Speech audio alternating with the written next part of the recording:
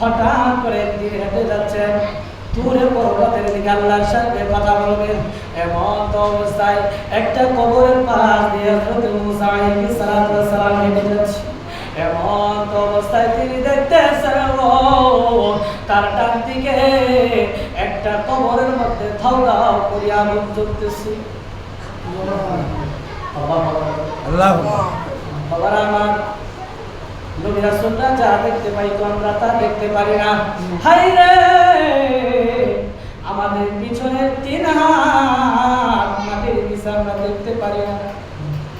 কিন্তু বাজারে এখন এমন একটা আধুনিক যুগ বের হয়েছে, জায়গায় বসে আমেরিকায় কি হচ্ছে দেখা যাইতেছে মোবাইলের মাধ্যমে, কিন্তু বাড়ির পিছনে 3.5 হাত মাটির নিচে আমরা দেখার মতো ক্ষমতা নাই। কথা ঠিক?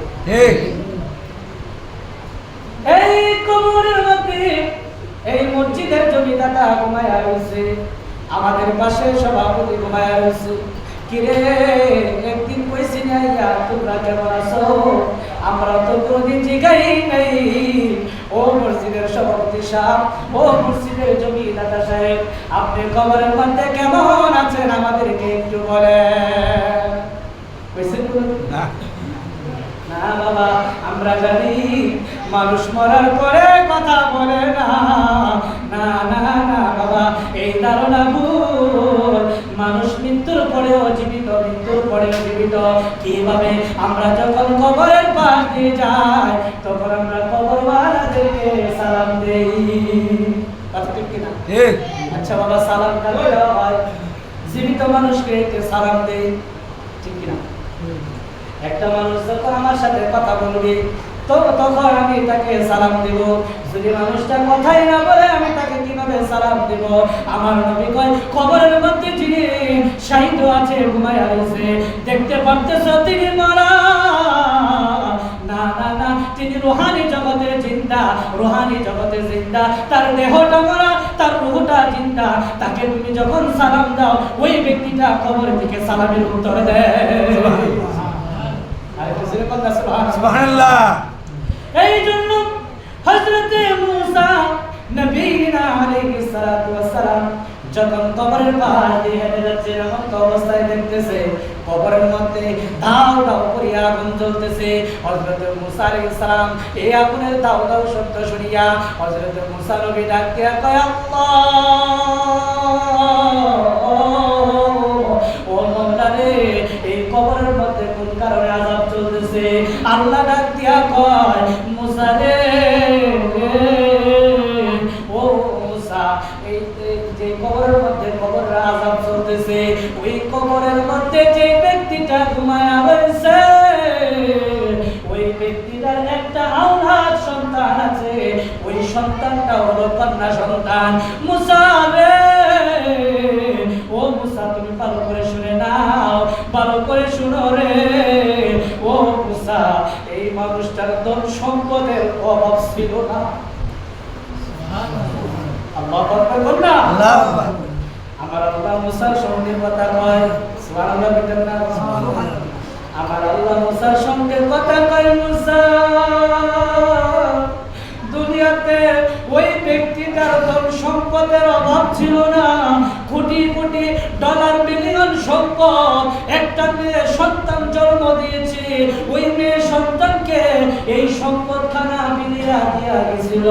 ওই সন্তান এমন কুলাঙ্গার হয়েছে, ওই সন্তান এমন হয়েছে, সন্তান ধন সম্পদ ধনভাণ্ডার পাইয়া বাবা কি জিনিস বলিয়া গেছে রে, মা কি জিনিস বলিয়া গেছে, আল্লাহ কি জিনিস চিনে না, নবী কি জিনিস জানে না। যার কারণে আমি আল্লাহ রাব্বুল আলামিন তার কবরের আযাবটা আরো বাড়াইয়া দিছি। আল্লাহু আকবার। আল্লাহু আকবার। আল্লাহ কয়, আয় হায় রে, লক্ষ লক্ষ কোটি কোটি টাকার সম্পদ এই ব্যক্তিটার, অথচ দুনিয়াতে থাকতে একটা টাকা দাম খয়রাত করে নাই, একটা টাকা আল্লাহর রাস্তায় বিলিয়ে দেয় নাই, একটা টাকাও আল্লাহর ঘরের জন্য সদকা করে নাই, যাকাত দেয় নাই। আজকে তার কবরের মধ্যে আযাব চলতেছে। আমার দয়াল নবী হযরত মুসা নবী ডাক দিয়া কয়, মাওলা রে,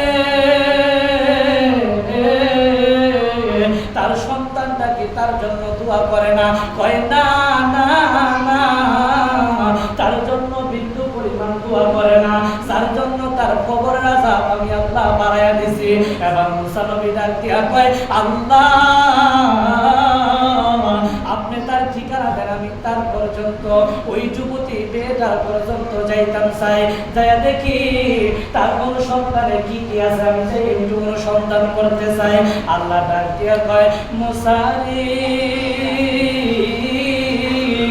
গেলে তো কাজ হবে না, তার কলব তো মইরা গেছে, কারণ তার কলবের মধ্যে দুনিয়া বিদ্যুৎ ঢুইকা গেছে।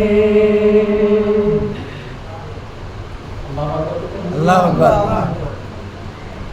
দুনিয়ার সম্পদ মানুষকে কিভাবে নষ্ট করে দেয়। বাবা আপনার সন্তানকে আপনি দিনই শিক্ষায় শিক্ষিত বানাইতে পারেন নাই, জজ বানাইছেন, এমপি বানাইছেন, ম্যাজিস্ট্রেট বানাইয়া দিছেন, আপনার সন্তানদের দুনিয়া বিরোধী বানাইয়া দিছেন। আপনার সন্তান আপনার জন্য কেমনে দোয়া করবে? কোনদিন কোরআন শরীফ শিখে নাই, কোনদিন সূরা ফাতিহা ভালো করে শিখে নাই, কোনদিন সূরা ইখলাস ভালো করে শিখে নাই, কোনদিন সূরাতুল আয়াতুল কুরসি পারে না, কোনদিন কোরআনের একটা অংশ পড়ে নেই। আপনি কিভাবে আশা করেন আপনার কবরের মধ্যে আমার আল্লাহ জান্নাত বানায় দিব? আপনি কোনদিন এটা আশা করতে পারেন না। আপনার সন্তানকে যদি কোরআনের শিক্ষায় শিক্ষিত বানাইতে, আমার আল্লাহ এই কোরআনের শিক্ষার কারণে আপনার কবরে কোনদিন আযাব দিত না। সুবহানাল্লাহ। এই জন্য বাবা সন্তানকে 1 নম্বর 3টা শিক্ষা দিবেন সব সময়। বাবা কয়টা শিক্ষা? 3টা। আপনার সন্তানকে 3টা শিক্ষা সব সময় দিবেন। 1 নম্বর শিক্ষা আমার নবী বলেন, ও দুনিয়ার উম্মত তোমাদের সন্তানদেরকে 3টা শিক্ষা দাও। 1 নম্বর হলো হাত্তা আকুনা আহাব্বা ইলাইহি ওয়ালিদিহি ওয়া ওয়ালাদিহি ওয়ান নাসি আজমাইন। ও দুনিয়ার মানুষ, সব কিছুর চাইতে তুমি তোমার মা বাবার চাইতে, তুমি তোমার আওলাদের চাইতে আমি নবীজির মহব্বত, আমি নবীজির ভালোবাসা তোমার সন্তানকে আগে শিক্ষা দাও। 1 নম্বর শিক্ষা আমার রাসূল করে দিয়েছেন, নবীর মহব্বত আগে শিক্ষা দেন। সুবহানাল্লাহ সুবহানাল্লাহ। 2 নম্বর আহলে বায়াতের শিক্ষা। আমার নবীর আদির কয় উম্মত, নবীর মহব্বত শিক্ষা দেওয়ার পরে আপনার সন্তানদের আহলে বায়াতের শিক্ষা দাও। আহলে বায়াত কারা? হযরত হাসান হুসাইন, মা ফাতেমা, হযরত আলী রাদিয়াল্লাহু তাআলা সহ 4 জন, এবার আমার নবী সহ 5 জন, এরা হচ্ছে আহলে বায়াত। এছাড়াও অসংখ্য আহলে বায়াত আছে। বাবা ও আমার মুসলমান বাবারা, মুসলমান ভাইরা, মুসলমান দিলের কান্না দিয়া শুনো রে, তোমার সন্তান যখন হইয়া যাবে, তোমার সন্তানকে আহলে বায়াতের ভালোবাসা দেওয়ার পরে, তুমি আমার আহলে বায়াতের ভালোবাসা দেওয়ার পরে, নবীর মহব্বত শেখানোর পরে 3 নম্বর শিক্ষা যেটা দিবে আমার নবী কয় তেলাওয়াতুল কোরআন। তোমার সন্তানকে কোরআনের শিক্ষা দিয়ে দাও। মন থাকবে বাবা? কয়টা শিক্ষা? 3টা। জোরে বল না বাবা। 3টা। কয়টা শিক্ষা দিবেন? 1 নম্বর হইল নবীর মহব্বত, 2 নম্বর হলো আহলে বায়াতের মহব্বত, 3 নম্বর হলো এই কুরআনুল কারীমের মহব্বত। যেই কথাটা আমি বলতে চাইছিলাম রে বাবা, হযরত মুসা আলাইহিস সালাম ওয়াসসালাতু ওয়াসসালাম কয় আল্লাহ ঠিকানা দেন, আমি ওই পর্যন্ত যাইতে চাই যে যুবতী বাবার জন্য দোয়া করে না, এত ধন সম্পদ পাইল, এত ধনবান তার বাবা দিয়া গেল, এরপরে বাবাকে চিনল না, বাবাকে ভুলে গেল।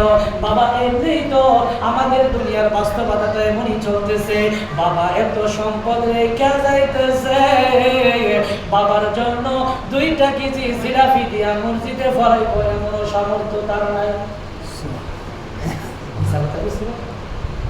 জোরে কথা, কথা ঠিক নেই। ঠিক। লক্ষ লক্ষ কোটি কোটি টাকার মালিক তোমার বানায়া গেছে। আমি দেখলাম ওই বাবার জন্য দোয়া চাও একটা ভরসাও দিয়া। ঠিক ঠিক আপনার সামর্থ্য আছে, আপনি 100 টাকা দিতে পারবেন, অথচ আপনি 10 টাকা দিয়ে দোয়া চান। হুজুর 10 টাকা আপনারে দিলাম, আমার মা বাবার জন্য দোয়া কইরেন। বাবারে আমি বুঝলাম তোমার সামর্থ্য আছে কোটি কোটি টাকার, অথচ তুমি 10 টাকা দিয়া কিভাবে তুমি হুজুরের কাছে, মসজিদের কাছে, হুজুরের মসজিদের মধ্যে 10 টাকা দিয়া হুজুরের কাছে দোয়া চাইলা।